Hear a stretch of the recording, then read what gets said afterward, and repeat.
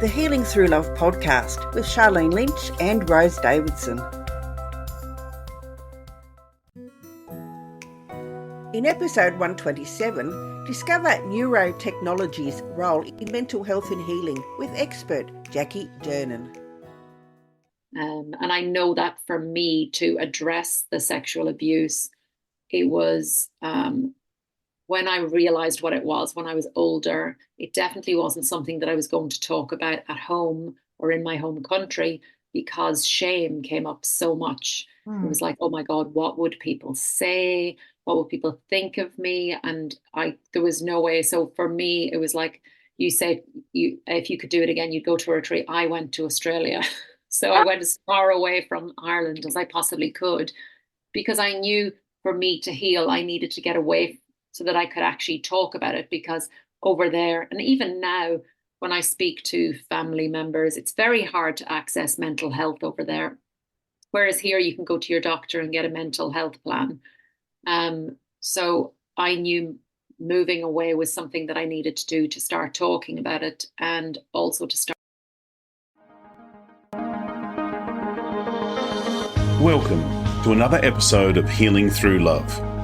Each week, we share ideas, experiences, and resources to increase the awareness of domestic and family violence and to empower survivors to grow and thrive. We talk with experts who share their advice, or with people who have experienced abuse, no matter where they are on their journey.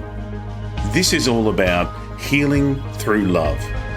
And now, here are your hosts, Sharlene Lynch and Rose Davidson.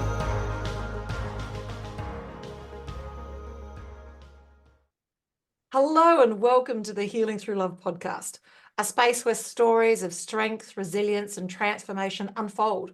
I'm your host, Sharlene Lynch, and I'm honoured to be your guide on this journey of empowerment and healing. Today we have a very special episode tailored just for you. Whether you're driving the car or sipping a cup of tea or simply taking a moment for yourself, I want you to know that you're in a safe place. Healing Through Love is more than a podcast. It's a community, a beacon of hope. A reminder that you are not alone. In this episode, we have a guest who will share their story that resonates at the core of our mission, a story that illuminates the power of love, resilience, and unwavering strength that lies within each and every one of us. So settle in and take a deep breath and let the healing journey begin. But before we dive into today's inspiring narrative, just a quick reminder that if you find value in our episodes, considering supporting us by subscribing, sharing, and leaving a review. Your engagement helps us reach the hearts and spread the message of healing with love. I'm so excited today. We have Jackie Durnin with us. Now, Jackie is a visionary founder of the Hinterland Health Retreat, a world-class rehabilitation facility that combines revolutionary neurotechnology, which we're going to dive in and find out about, with leading holistic therapies to offer a truly personalized and transformative experience. Her story is one of profound resilience and transformation, and after enduring trauma and sexual abuse, she has embarked on a journey to find the effective ways to manage stress, anxiety, and PTSD. This quest led her to become an EFT practitioner, so tapping practitioner, and a counsellor with over 15 years experience working with both national and international, Australian and international rehabilitation centres, health retreats and private practice. Driven by her passion for helping others to truly thrive. Welcome. Hello, Jackie. It's great to have you here. Thank you so much for having me. Oh, it's such a privilege and a pleasure. And wow, thank you so much for holding the space and being so vulnerable to have this conversation about your own healing journey and the outcome, which is this beautiful Hinterland retreat. So are you okay to have a little bit more of a conversation about your story, your journey? Sure. Yes, definitely. Yeah. So we have so many different varying degrees of abuse. Yeah. And for many of us, myself included, some of it goes unspoken about, and we hide it different ways. And in some cases, we don't even talk about it at all. Now, it's my understanding, Jackie, because we were talking before the show, that you've only just recently decided to come out and let people know the truth of it. Is that right? Yeah, so I've been in practice, I talk to my clients about it, but it's probably not something I have spoken to some friends, but it's not something I'm talking about, every day. Or if people are close to me, they are aware of it.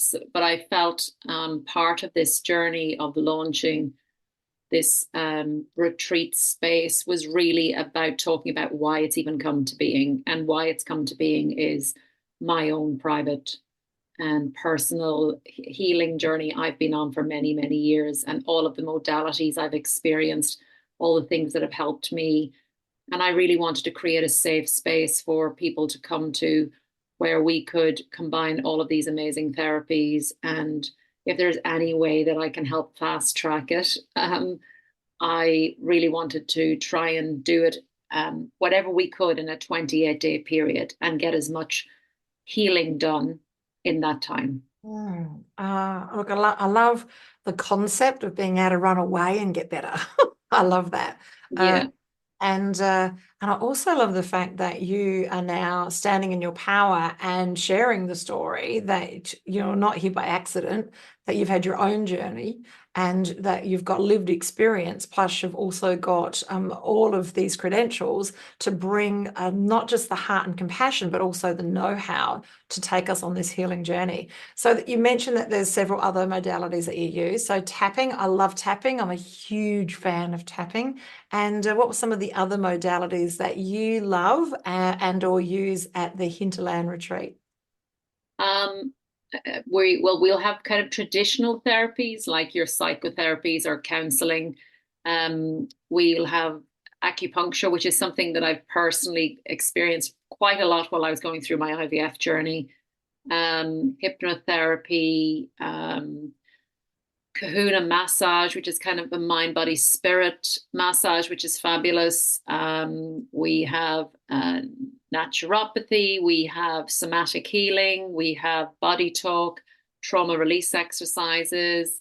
We really have divided it into kind of mind, body, spirit. So there's lots of different modalities that fall under all of those three areas. But this is quite a collective of people, obviously, that have Yes. a variety of different specialities that bring this to the table. So now you said 28 days. So Right. is that how long someone books into the retreat?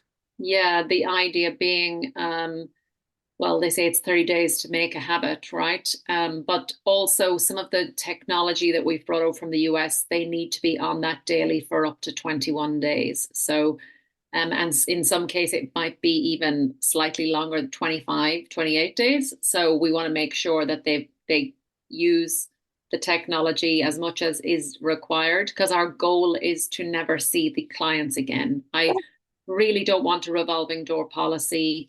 What I want to do is reconnect people to their light and to their power, give them tools, give them a comprehensive aftercare program, and help remove all old belief systems and patterns and help them generate new neural pathways so that they can go out and ride the waves of life in a more resilient manner. And that we ultimately, hopefully, touch wood, don't ever have to see them again.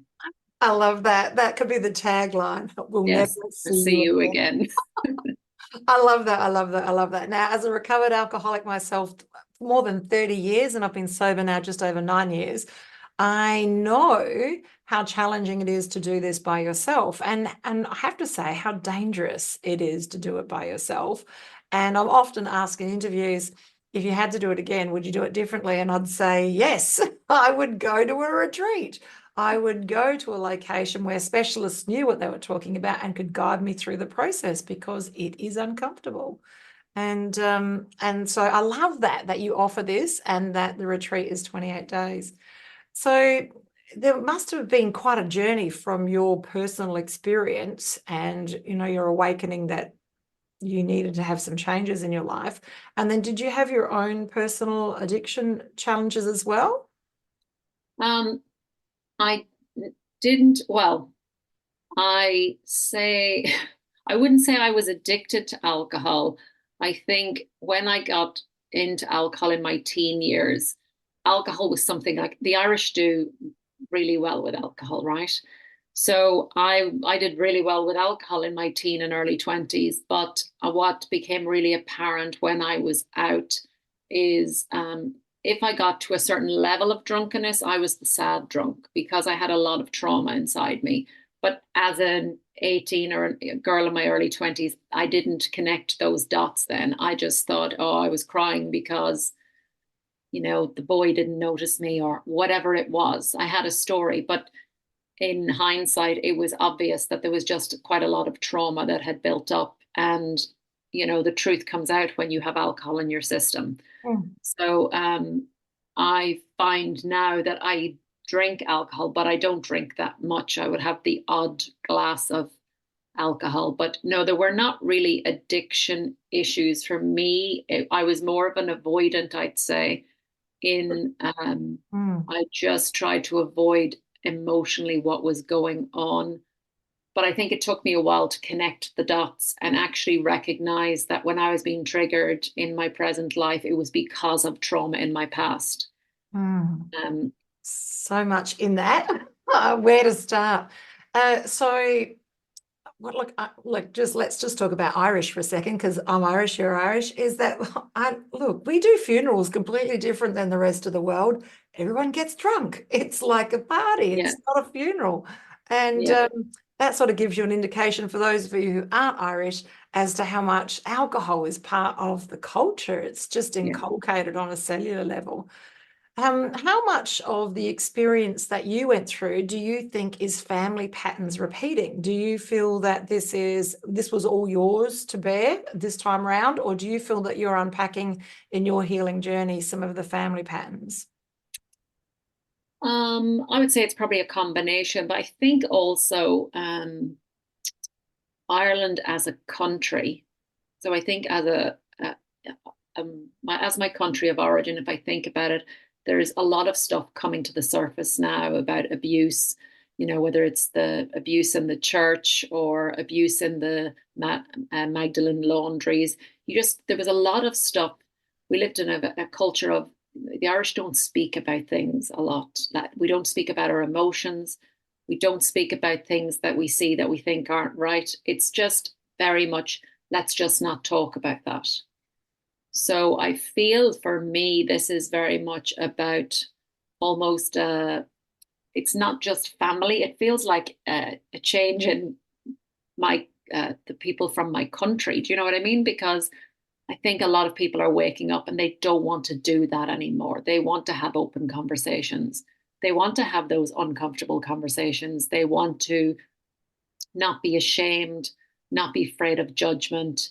But I think that's an era that maybe my parents and my grandparents lived in. You didn't want people to hear something about your family and I know that for me to address the sexual abuse, it was when I realized what it was when I was older. It definitely wasn't something that I was going to talk about at home or in my home country, because shame came up so much. It was like, oh my God, what would people say? What would people think of me? And there was no way. So for me, it was like, you said, if you could do it again, you'd go to a retreat. I went to Australia. So I went as far away from Ireland as I possibly could, because I knew for me to heal, I needed to get away so that I could actually talk about it. Because over there, and even now, when I speak to family members, it's very hard to access mental health over there. Whereas here, you can go to your doctor and get a mental health plan.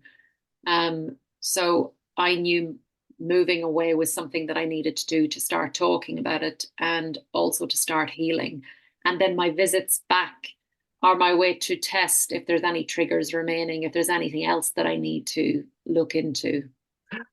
I love it. I love it. My tests are when I catch up with my family. Okay. I love them dearly. Yes. And if there's any triggers, that's when it's going to come up. I love this. So one member of my family was my grandpa and my grandma. One was Protestant, one was Catholic. So they had to get out of town pretty quickly. And so that's when they came to Australia. So, yeah. And whether it's, first generation, second generation, these patterns of behavior, they're in us, and they're in our behaviors, and they're in what we see in the environment that we grow up. And this not speaking about things is not just, it's not just from Ireland. It's an epidemic around the world, is not having the conversation. So how bravely you are to stand up and say, this is what's happened to me, and now I've gone through a healing process, and now I offer this healing to others. So wow, this is really shifting the frequency of the planet by having these conversations. I love this. So now I have to ask you, what is your favorite modality? Is it EFT? Is it tapping? I have a very strong soft spot for tapping, purely because the experience I had with it. When I first heard about it, my friend said, did you hear about this modality? You tap on your face. It's great for depression, anxiety, addiction, physical pain. And I thought, what a crock, as if. And then I went on a weekend workshop and I felt so different. And then in an effort to fix me, because I felt so broken, I decided to become a practitioner with zero intention of being, I didn't want to do it on anybody else. I just wanted to know what a practitioner knew, because clearly I would need that level of training to heal me. But through that process, as I worked with others, I started just seeing the light come back on in people's eyes. I saw them reconnecting to their true power, to themselves. And that's such a beautiful thing to witness as a practitioner. And on some level, it can be quite addictive. And so I would have a very strong soft spot for that. I also do love kahuna massage. I had some beautiful, almost spiritual experiences in kahuna massage, and where I would just feel the need to cry or laugh or scream, because that energy was in my body. But yeah, there's so many beautiful modalities, and I just say to people, be curious, and even if it sounds wishy-washy or completely out there, just go and have an experience. I was talking to someone and they said, oh, I went to this thing and they put crystals on me, and I was like, what the? But it's not about it's more about how do you feel at the end. Like, even if they put crystals on the top of your head, at the end of the day, if you feel significantly different and you feel a shift, that is the most important thing. Absolutely. It's the shift. I love it. I equally became a holistic psychologist because I felt, I need a lot of help. Best I fix it myself. And I lasted probably 6 months as a therapist, realizing, I'm actually not cut out for this. Yeah. I love to be in the proximity of other wellness practitioners. I love the way they think. I love their empathy, their sympathy, and their compassion, and their ability to hold the space for others so that they can actually evolve. I just love it. And that's why I love working with them. So I love tapping because it's something that you can do anywhere, anyhow. And even if it looks a little strange, you can do it in public. And so anxiety was one of my big issues. So I could tap in public. And even if people thought, oh my God, what is that woman doing? They think less of it now. But it really is something that you can do anywhere. And once you sort of have a fairly good idea about it, it's a great modality that you can use yourself. So I love something that's so accessible to everybody. That's what I love too. So I can train someone in a session how they can use it on themselves and give them a personalized script so that they're empowered to do this. So I just think it's so powerful, because to me, it's about having tools that you can use on yourself in that moment, because you're not going to be there. I'm not going to be there all the time for the client. So you need them, to. Sorry, I think my son's coming in. You on the podcast? Yes. Could you please go out? Thank you. Sure. That's okay. We're not going to talk about anything the kids can't listen to. But and look, we're keeping it real here at Healing Through Love. It is a journey, and it's a journey that starts with self and having that, being brave to realize that things aren't okay, and to take the steps in the right direction and to seek help. Like, we're all about raising the level of awareness that this is nothing. None of these journeys is something that we can do by ourselves. We need to reach out to others and to help us move forward. And I love the fact that you also talk about PTSD, because as a survivor, it's real, and you think that you've managed it, but you've only just taken off one layer of the onion, and then something else comes up and it raises its head again. So, and I love the fact that you offer this 28-day program, because it's something that you need to get to the bottom of. You need to take all the layers apart, have a close look at it, and then restructure so that you can move forward more powerfully. I love that. Yeah. Now, what? I just think from a PTSD perspective, I had in my early 20s experiences of going to the doctor for pap smears, and them not being aware that I was sexually abused. And it was just so traumatic to have a pap smear with a doctor, and their bedside manner would be, they just wanted this done and dusted. And they would be calling me difficult or whatever. And that was very interesting experience. And I just had to go to therapy basically to work through that and be okay with having procedures, and, it not being triggering me back to my childhood and my trauma. Absolutely. So what I love seeing is that there's so much more trauma informed, and that it's now a conversation that we're having, and now we're talking in any way, shape or form where you could be triggered, that they have some level of understanding about what's happening so that they can point you in the right direction. Even if they can't fix it themselves, they can at least point you in the right direction. Even if it's handing you a pamphlet or backing off and seeing that there's another way to get the job done. I love it. Now I've got to ask, why the hinterland? Why the hinterland? Well, I'm from the Sunshine Coast, and there's some beautiful hinterland up here. But when we were looking for a retreat, we visited many, many properties, and we kept getting drawn into the Sunshine Coast hinterland. And I do personally believe that this property actually chose us. It feels like the moment you step on the land feels incredibly healing. So I feel that also plays a part. When people come here, it's not just about the modalities, it's then reconnecting to the land, reconnecting with nature. And that in itself is going to have huge healing benefits for people who come to the retreat. Yeah, absolutely. I feel the same way. In Adelaide, here, my local town, we have a property that has been physically tuned to the frequency of human healing. So just being on the property, they can measure it too. So just being on the property can shift your frequency into that space of healing. So yeah, absolutely, positively. And most places that have this frequency are attuned to it already. Like there's a reason where the ley lines are, where the energy fields are, all of this stuff.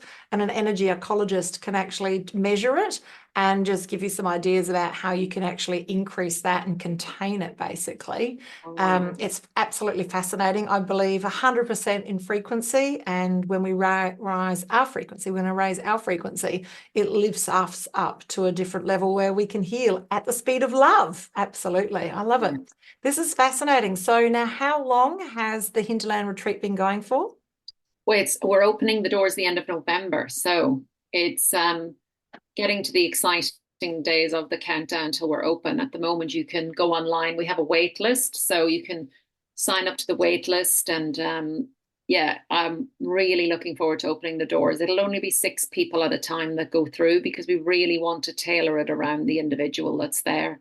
And like I said, put everything we possibly can into their 28-day program to ensure their success. I love it. Now, we have a great machine coming from the US that has a lot of frequencies in it, actually. Very helpful with depression, anxiety, addictions. They have some great case studies coming out of the US. Unfortunately for us at the moment, these technologies are not available outside of the US. So I'm really excited that we're able to bring them to Australia, and this combination is not available anywhere in the world. So it's very, very exciting. I love it. And the links are in the show notes and also in the show description so that you can lean in and have a closer look. Now, I suppose my question is, what about the rest of us that just want a little holiday? Can we come for that? Not at this stage. We're not doing any mini breaks, but who knows? Like, the way I look at it is technology is going to be advancing. Right now, you need to be on these technologies for 21 days minimum. who knows what, like next year or even the year after. We've seen how iPhones have changed quite dramatically and quite quickly over the years. And I just see this technology is going to evolve, and it'll be just really interesting to watch this space. Having personally experienced all of these technologies, it's amazing how you feel when you come off. I wanted things where you noticed a shift in your system. And we have this amazing meditation chair that 10 minutes in that chair is the equivalent to you meditating for a year. So Oh, it forces you into a very deep theta state. And they're working with Ukrainian soldiers on the front line, traumatized kids in the Ukraine.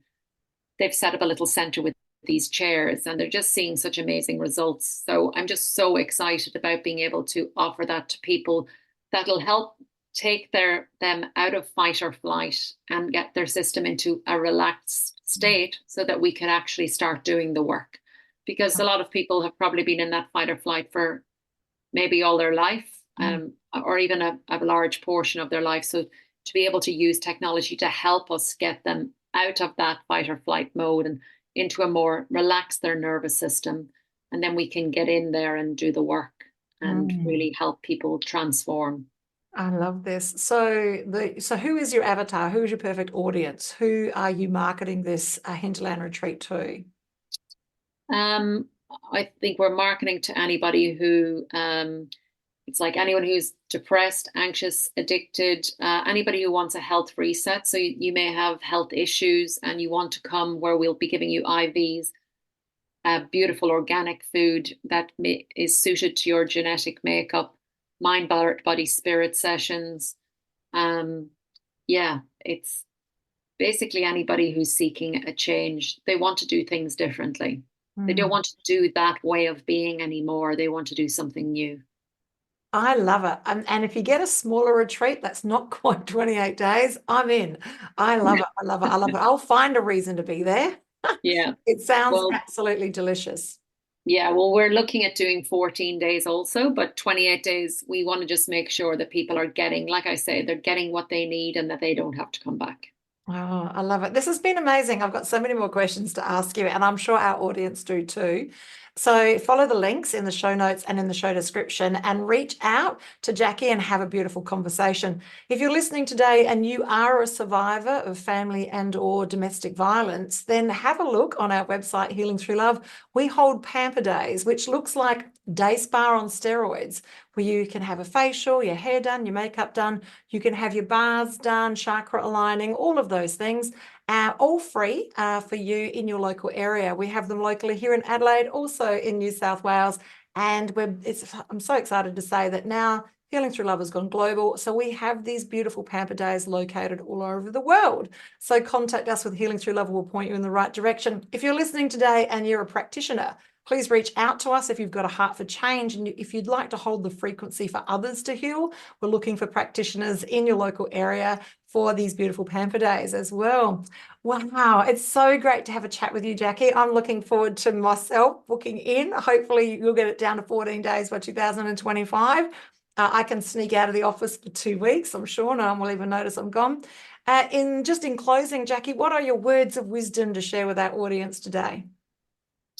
I think my words of wisdom would be to don't be afraid to reach out and talk to someone. And if your first experience with a practitioner is not good, that does not mean that you should give up. You will keep going. Find someone that suits you and someone that you can talk to, because it's so worth the reward. Like, it's so worth lightening that load and processing that trauma. You'll feel 10 times better for it. So yeah, reach out, talk. It's not as scary as you think it's going to be. I love that. I love that. Thank you so much, Jackie, for gracing us with your presence and enlightening us on this beautiful opportunity at the Hinterland Retreat. It's a goodbye from me and a goodbye from Jackie. Bye. Thank you for joining us for this episode of Healing Through Love. You can get further resources, see the show notes, or simply reach out to us via our website at htlaustralia.com.au. Thanks so much for joining us, and we look forward to your company next time on the Healing Through Love podcast.